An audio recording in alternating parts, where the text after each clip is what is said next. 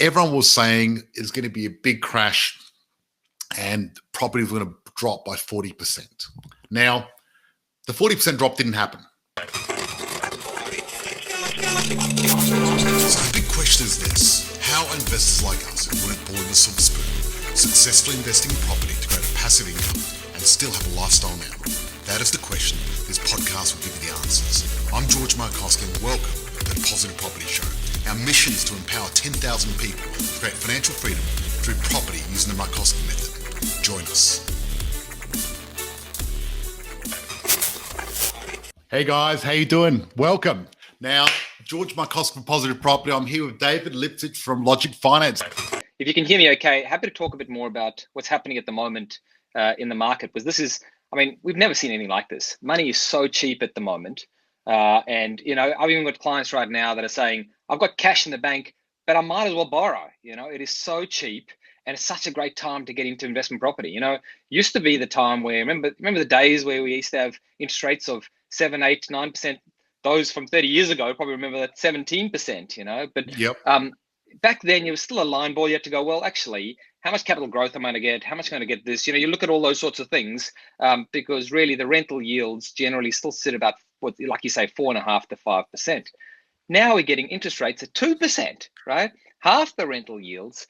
So it's extraordinary. And not only that, banks are sort of clamoring over themselves to provide rebates and every type of angle to try and get market share. So it's a really good opportunity for investors to get into the market.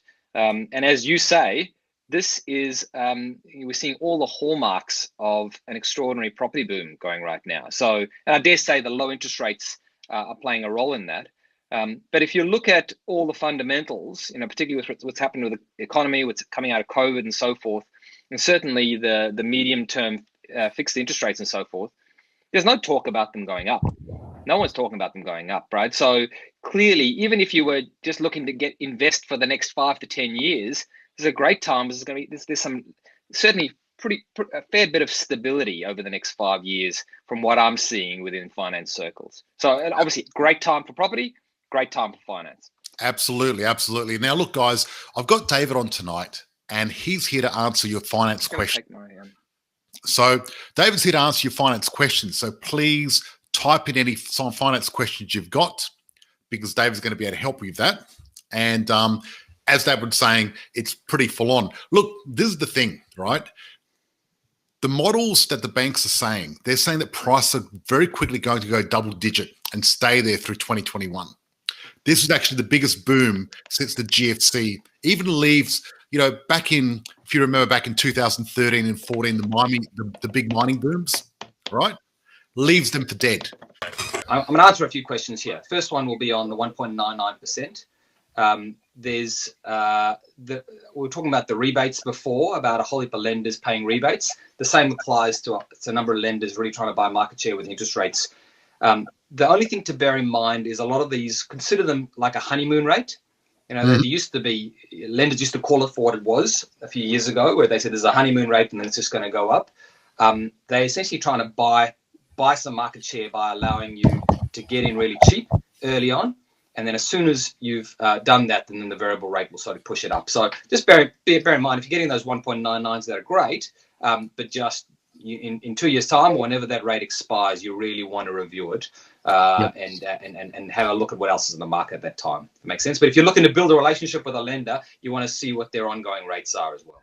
Yeah, look, personally, I always like to go for a broker and not go direct to a bank anyway, because the one challenge when you go direct to a bank is the bank's interest is only to sell you their products. And at the end of the day, I want the person I'm dealing with to be working on my side, the team. And that's why I like to get a mortgage manager or a broker so they can represent me, not the other way around where they're representing the bank. Because when you go to a bank, the banks get represented by someone that works for them. There's another question here. Here we go. So that question about the 1.99%, that was through CBA, wasn't it? That question? Because CBA, I know a few people where they've cross-collateralized and I wasn't very happy with the way I did it. I have savings to buy investment. Where should I buy to get maximum returns? I'm wanting to plan for retirement and wanting advice and guidance on what to do. Okay. That's a very good question. And I'll go into this one. Where you need to buy is there's 16,000 suburbs in Australia. And out of the 16 suburbs, there's suburbs at the top and suburbs in the bottom. And what you want to do is you want to get the highest performing suburbs. So what I like to do is I like to actually check out demand supply ratio, and I only pick the top 100, maximum top 200 suburbs in the whole of Australia. So that's where you want to invest for the biggest return. And depending on when you want to retire as well, that's the maximum returns. Because if you want to get maximum returns, what needs to happen is you need to be buying for capital growth, not for cash flow. Because when you're buying for cash flow, you're not going to get maximum returns because your property is not going to go up. So one, you've got to get a property that's safe. I'd say capital city or large regional centre, and one that's got got good capital growth. And then the structure is where you can get it right, and that's where you need a mortgage manager or a broker instead of a bank to get the structure right. So that way your cash flow is there as well, so it doesn't cost you an arm and leg on the way through. 10 years retirement. Yep. So 10 years is a good time because 10 years is actually ideal. What the number one thing I would invest in before I invest in property, and this is what I say to everyone, is invest in yourself first and educate yourself and really be prepared and know what's going on. See, property investing, a lot of people find it very complicated because they don't understand the core principles and they don't understand the basics. But when you understand the core principles, it's actually very simple. So that's why you need to know that, and that's why it's very important. Look, depending on your assets and your equity, the money you've got and the money and how much you earn, that all makes a big difference in how much you can, what you're going to do for your retirement, and depends on how much you want. Because some people are happy making 100 grand a year, and other people, they want 500 grand a year. So when I originally retired, just to give you an example, I retired at 37. I had 10 properties, and I was making 180 grand a year, passive income. Passive income is when you're sitting around and you don't have to do anything, and the money just comes in. And at the time, that was good for me, but I actually now want to get to the next level. So I'm actually buying a lot more properties this year. And David's helping me buy more properties because my goal is to buy number 4 this year. And Christina, my wife, wants to buy 5. So we're having a bit of a competition. And I think she's going to beat me because she's more motivated than I am. But yes. Someone said, hello, George Markowski. Hello, and welcome. Thank you. Now, I've got someone here for you, David. I'm a CBA customer, fixed my loan just before COVID because I was paying 3.8% and got offered 2.7 for the 3 years, but now interest rate is 1.99. Still 2 years left for the fix to change in offset account, and I fixed all my money. So what should I do to save my money as much as I can? David, can you please answer that one? So to talk through what's happening with CBA at the moment is these are lenders, like you said before, that a lot of the majors would like to cross-collateralize. So they basically, what does that mean? It means they basically get their hooks into all your properties. And you'd go, well, what's the difference with that? That's okay. Well, it's all very well until you want to sell one, or want to renovate one, or want to change one, or want to get equity out of one. That's when the difference is. The second thing to bear in mind is that CBA might have a really cheap fixed rate, but guess what? They may not lend you the most. Like, just to give you an example, when CBA go and look at servicing to try and see how much they can lend you, they only use 70% of the rent.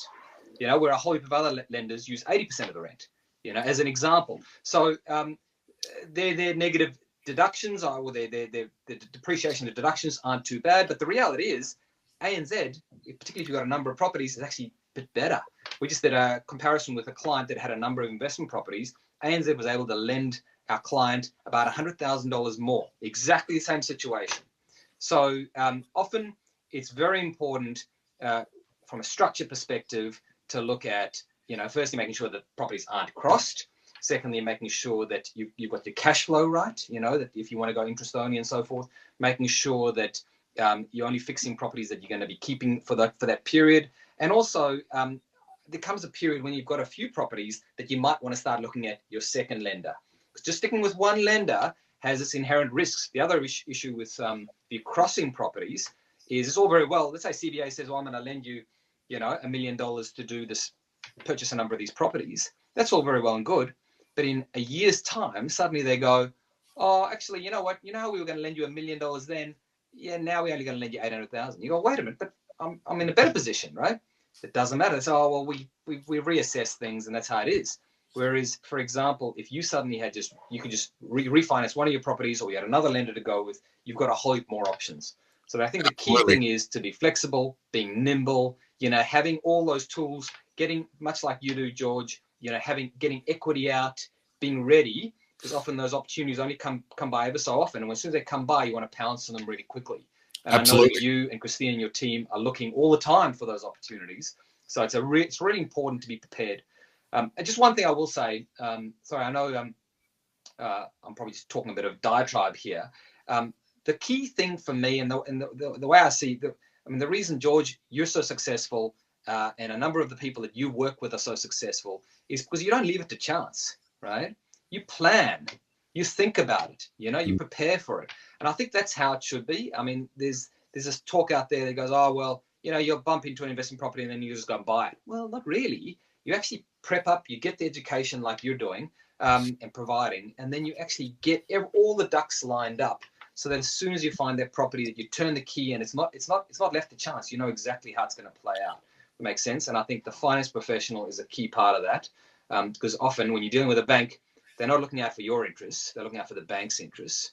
You're dealing with a broker or a finance consultant, they're deliberately working with you. And by the way, if you ever are dealing with a broker or a finance consultant, ask them one question: how many investment properties do they have? Exactly. How many investment loans do they have? Because You if know they what? don't have any, they probably don't have much experience being able to talk from firsthand. David, that's an excellent point. And I love that question, because I really think, if you're going to get someone to help you finance, and that's why I love you as part of our circle of safety, because you invest in property, you've got properties. But, also, if you're going to get a mentor or a coach, how many properties do they have? Have they done what you want to do? Very important. Now, one other thing I'd like to say is there's a difference between playing checkers and chess, right? And checkers you play when you're 4 or 5 years old. It's a very simple thing, one move at a time. But see, chess is a completely different game, because chess, you got to think 5, 6, 7 moves ahead. And when you're investing in property, when you're doing finance, stop thinking checkers, start thinking chess. Because if you lock yourself in for 3 years, for example, that's not a good thing, because it doesn't make you nimble. But also, if you cross-collateralize, that stops you as well, because we want to start thinking second, third, fourth property at the same time. Because what happens is, if you get the wrong loan on your first investment property, that could stop you from getting your second, third, and fourth. And really, you really want to get the right strategy. Now, what I want to do is I want to go back to the person who's talking about retiring and replying to Facebook. Yes, it's complicated. I want to use my equity and I'm on my own. I earn less than $80,000. Okay, great. Well, $80,000 is plenty. I've actually had people join our program less than $50,000 who have already got 2 investment properties and paid off their mortgage in 4.5 years. And you don't want to use your equity. Well, that may be a lack of education. But this is what I suggest you do. I'm talking specifically to this person who wants to retire and doesn't know where to invest and doesn't want to use the equity. Like I said before, what you need to do is really invest in yourself. I'm actually doing a 14-day live challenge next week, actually. I think it starts on the 1st of March. And in a week or two, what I'd like you to do is type in, if anyone wants to link to our challenge, I think I've got a handful of spots left. Type in challenge and I'll send you a personal message and send you a link to it, because I'm doing it next week and I'm actually doing it live.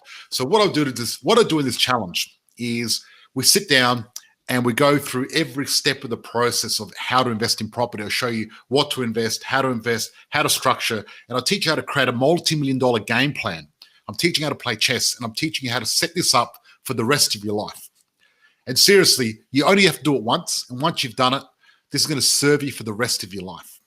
And if you're serious about property investing, I suggest you do my challenge and really learn about it. So just type in the word challenge, and either me or my team will reach out and give you a link so you can do our challenge. And I think it would really serve you well.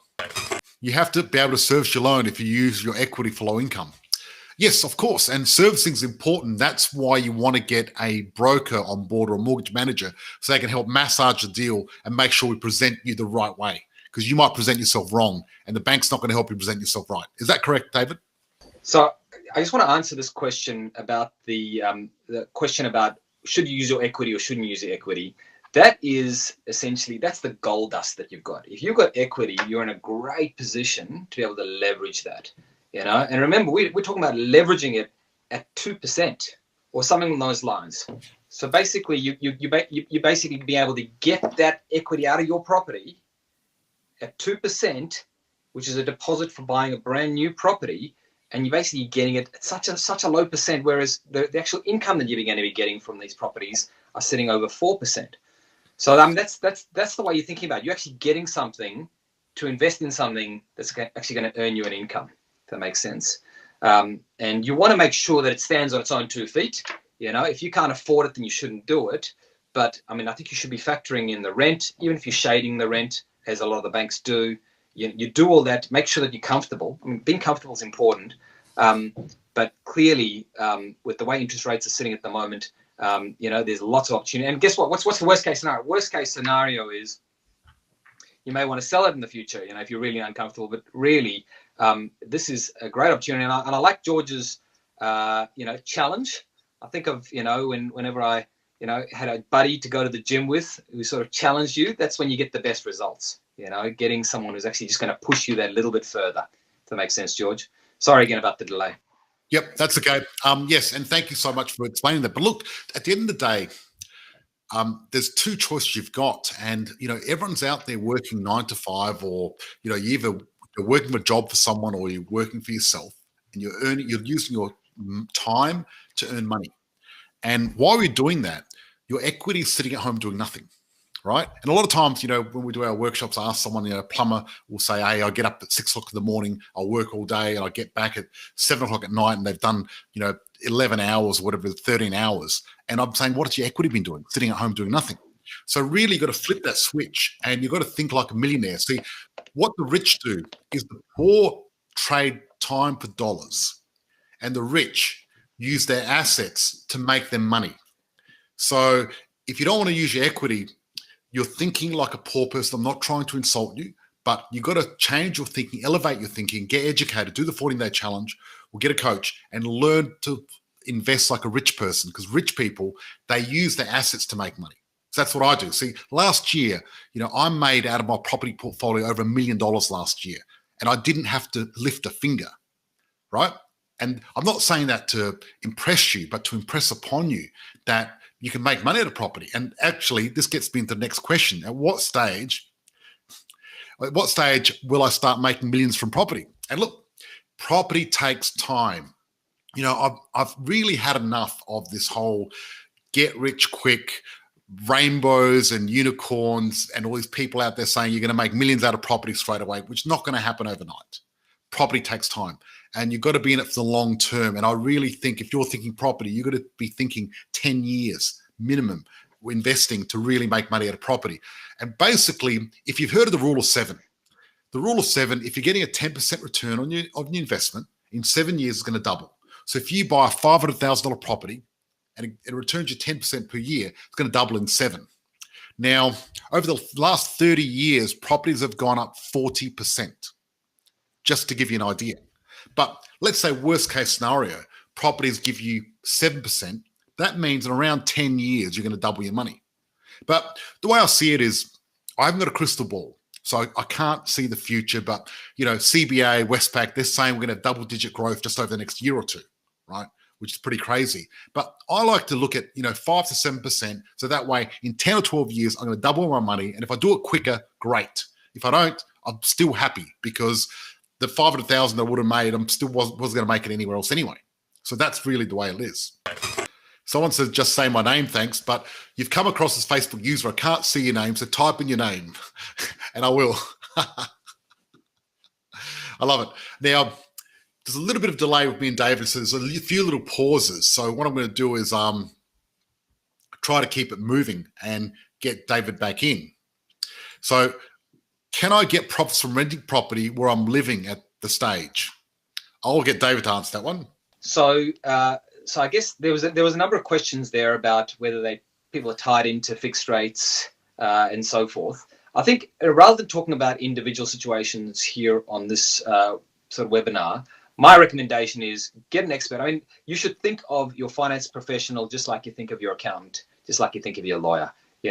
Go there and ask for advice on what should you do in those specific situations, right?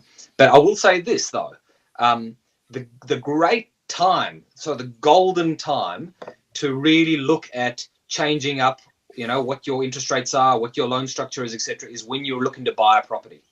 So when George and his team have found you a property, and you're basically getting ready to get some finance for that property and getting some equity out, well, that is the time to actually say, well, wait a minute, let's have another look at this, because if we're going to change this, we might as well change the structure anyway.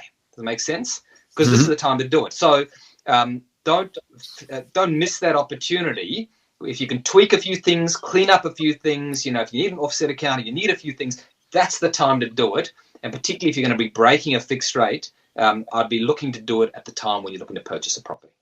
Excellent. And look, that's fantastic. But what I like to say is, when it comes to structure, right, don't leave it up to the banks to give you a structure, because their structure is going to be looking towards what's going to help them. And don't get someone that doesn't know what they're doing. Don't go to Discount Basement, a mortgage broker who just started his business and he's got 2 clients and he's only been in it for a year. You want someone that's got the experience with property investors and someone that can get the structure right, because the structure is going to protect you. The structure is going to be the thing that's going to help you with your cash flow, and it's very, very important. Now, someone said, can you call Urupinder Singh while you're talking, George? I'm excited while online, please. Look, I'm sorry I can't call anyone at the moment, but if you want to go live on our Facebook, then that's the way it is. So, replying to Facebook user, banks would only loan me around 350,000. Great question. Now, that's because you went to a bank. Don't go to a bank. You can probably get much more. I can't guarantee it, but imagine if you went to David, he'd be able to get you maybe 500, 600. I've seen people, 70% of people that join our program, mentoring program, couldn't get a loan to get anything. And now they've got millions of dollars worth of property. David?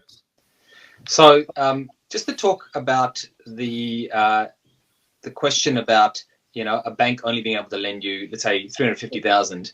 It used to be the case where, all banks were going to lend about the same amount.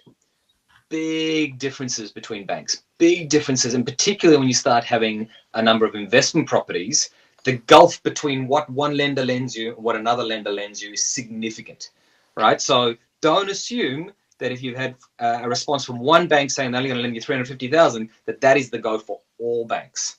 Okay, so keep that in mind. And banks, have got their little flavors or their different nuances. Some banks are very good for self-employed. Some banks are very good for investment income. Some banks are very good for if you've got share income, whatever the case may be. So it's horses for courses, and again, get advice from the professional.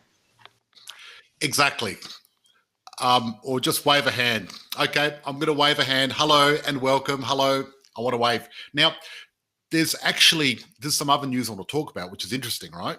So Australia has actually got a AAA credit rating at the moment that's been reaffirmed by Fitch Ratings recently, right? And only 9 countries in the world have got a AAA rating. Isn't that amazing? Okay, so I've got someone saying, I need a coach. I'm afraid. I know it's long term. Good. Well, look, yes, I believe that everyone needs a coach, definitely. And what I suggest you do is, before you get a coach, you got to check that coach out. Even me, right? I don't want to be anyone's coach unless you know my story, know what I do, and everything else like that. And that's why I created the 14-day challenge. So if you need a coach, type in the 14-day challenge, check me out for 14 days, and then you can decide if you want me as a coach or not. Because I'm not for everyone. I'm very specific for who I help, and I love helping people. But my goal is to empower 10,000 Australians to create financial freedom for investing in property using the Markowski method.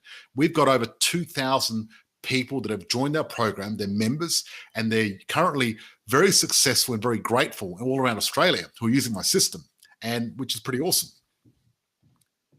Okay, so here's the next one. So if I get 600,000, how do I service the loan on 80K? That's a good question. I'll start the question, right? So basically, if I'm going to buy a property, I don't want to spend too much money on buying a property. When I first started investing in property, I was spending, negative gearing $200, $300 a week, and it just wasn't working for me. So 80,000 for a $600,000 loan is easy, because if you get the right property, and I recently helped someone get a property worth about $550,000, so I can talk about this. And he was on around $80,000 and his property was positive. So he was actually, how can you service it? You'll be making money. So worst case scenario, it will cost you $30 a week.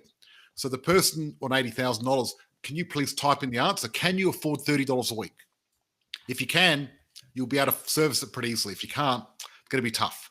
Obviously, there's two types of servicing: what you can actually use out of your pocket and what the banks say you can and can't borrow. And they're two very different things. And I'm talking, David's the expert on what the banks are going to say. I'm the expert on how much actually can cost you out of your pocket once we do the cash flow calculator. And I'll show you how to use this in the actual, yes, you can afford it. Great. Well, then you can service that. If you can afford $30, you can service it. So what I suggest you do is, one, do the challenge. You can put $50 a week. Fantastic. That's awesome. So you might be able to get two houses, because I'd rather get two cheaper houses than one expensive house anyway, so I can spread my risk. But really, how about the overheads? Yes, good question. Look, when I buy a property, what I do is I'm very, very diligent to let the numbers do the talking, because sometimes people go, okay, what interest rate is it? What's the valuation? Which bank is it? What are they doing and what rebate and blah, blah, blah, blah, blah. Am I paying Linda's mortgage insurance or everything else like that? None of that really matters. There's only two things that really matter. Three things. One, that the property's in a high growth area and you're going to double your money in the next 7, 10 or 12 years. Two, that you can afford it out of your weekly pay packet. And three, you get approved to get the loan. So what happens is, I've got a thing called the cash flow calculator, and everyone that does my 14-day challenge gets one of these for free. And the cash flow calculator, it's worth about $700, and also do the training. And what you do with this cash flow calculator is an Excel spreadsheet. You put in the price of the property, your deposit, your equity, interest rate. It's all orange, very simple. And I'll show you how to use it. You put all details in, all the overheads, and it spits out a number at the bottom and shows you how much it's going to cost you. And when you look at that number, then you can make a decision and go, okay, is this property right for me? And if it's cheap and you can afford it, it's a yes. And if you can't afford it, it's a no. It's a hell no, because you shouldn't be buying it if you can't afford it. Do not overcommit yourself. Do not stretch yourself. Keep yourself safe, because the most important part of investment is, can you afford it easily and can you keep it? Because sometimes people get a bit greedy. They try to overextend themselves. They're paying too much money. Then they get into trouble and they lose their investment and they go backwards. So you don't want to do that. You really want to keep yourself safe. I will say this, that it used to be a lot more simple, and clearly now it's becoming a lot more complicated, and you can see from the questions that are coming out there. I will say this as well, when the banks are assessing whether they'll lend you money for purchasing an investment property, they actually look at it, they actually work on, even though it's going to cost you 2.5%, let's say, they work on it, costing you 5.5%. Right. So remember that for a moment. So if the bank's lending you the money, they're actually factored in a huge buffer for you, that even if rates should fluctuate, even if things should fluctuate, you've got some room to move there. Right. But that doesn't change the fact that it's worth, making sure that you feel safe, making sure you feel comfortable. We're a big fan of trying to build in a buffer account. I don't know, as are you, George, making sure we've got some contingencies in place. That, even if rent's late for a few weeks, whatever it is, you've got that fallback, so it's about being smart when you're setting these things up, in my view. I just think, the question about the 80 grand, just so we've just recently financed somebody to buy an owner occupied property for 80 grand without any rental income. And it was probably just under 600,000. So guess what? As soon as you're getting the rental income on 600,000, clearly you should be able to afford it. But there's a whole host of other factors, and banks are looking at living expenses and so forth. So I won't jump into all that, but I just want to say that it's worth talking to a professional. And if you've got a rejection from a bank, don't take it as gospel. Excellent, excellent. Look, we're running out of time. We've actually gone over time. But what we're going to do is we're going to answer one more question. And look, David, you've been a very popular man. We're going to have to bring you back on, I think, just so we can answer more questions. But what I'll do is answer this last questions, variable or fixed interest only loan when you accumulate investment properties, and why. I'm going to give you my take, and then I'll get David to talk a little bit about it. But really, at the end of the day, I don't like fixing interest, because 9 times out of 10, if you fix your interest, you're actually losing, because the banks have already worked out their little margin and you're paying a little margin to fix that interest. And even the last few years, a lot of people said, oh, George, it's so low, I want to fix. And guess what? They still lost. And we thought they couldn't have lost. So 9 times out of 10, you're going to lose. So you might as well, if you're a betting man, go for the 90% odds and just go variable. Also, I'd go for interest only as well when accumulating investment properties so I can get the cash flow, because I want as many properties as I can growing as fast as I can to get my goal. It takes 7, 10, 12 years for a property to double. So you need to have it. The sooner you get it, the sooner it's going to double. So you want to get as many as you can early on safely so they grow. David? My take on all this is, and I agree completely with what you're saying, George, is that, the data is out there to say that variable over any extended period always wins out over fixed, always. Right. So now there are those that can get short-term gains. And by the way, the longest you'd ever want to fix is 3 years. Ever want to fix is for 3 years. And at the moment, for anyone looking to fix no longer than 2 years, because really we don't really know. And the banks, if you look over a historical period, the banks have always won when it came to variable over fixed. They're fixed. They'll generally beat you on that. I mean, they've got a whole team of economists working on this. The interest-only piece is interesting because, there was APRA and a few other regulators that got involved and said, okay, they have to be more expensive. They are slightly more expensive. Some lenders, it's actually not that big a difference.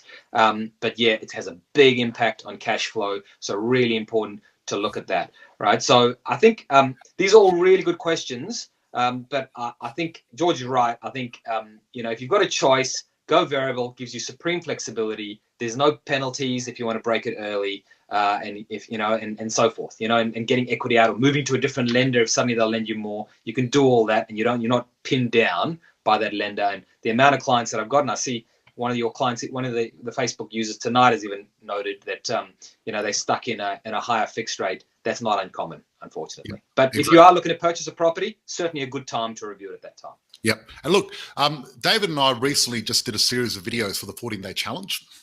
And we actually go through and explain all this anyway in detail and give you some homework that you can do. So if you're doing the 14-day challenge, if you're interested, type in the word challenge, and my team or I will send you a DM and give you a link to it because it's starting next week. And, if you're watching the replay, just type some questions in. We're going to be monitoring. We're going to come back, and then we'll have those questions for next week or two when David comes back and visits us. David, I really appreciate you coming on board today. Thank you so much. Thank you, everyone, for watching. Remember, we're freedom fighters. We're fighting for freedom, one property at a time, because I really believe that the life you want, the holidays you want, the family you want, everything you want is one good property portfolio away. It seriously is. David, thank you so much. And everyone have a good night and see you. Remember, we're here live every Wednesday at 6:35 Australian Eastern Standard Time, 6:05 Australian Standard Time. And I don't know what time in Perth, but some other time. So see you soon. Cheers, guys. Bye-bye. Thank you for listening. I'm grateful for all our listeners around the world. If you found this podcast valuable, please share with someone that might find this useful. And please join our tribe of purpose-driven investors, increasing income and impact in our Facebook group, Positive Property. Please note, with a multi-million-dollar property portfolio and a passive income, I've become incredibly successful in investing in property. The fact of it is, however, many people may find investing in property challenging. It's not easy, and it takes a lot of hard work. However, becoming educated to make an informed decision and having the right advisors gives you the tools you need to succeed. The most important part of this formula, however, is to actually take action and apply that knowledge. It is important to understand the information I share is of a general nature only and is not taking into account your unique circumstances.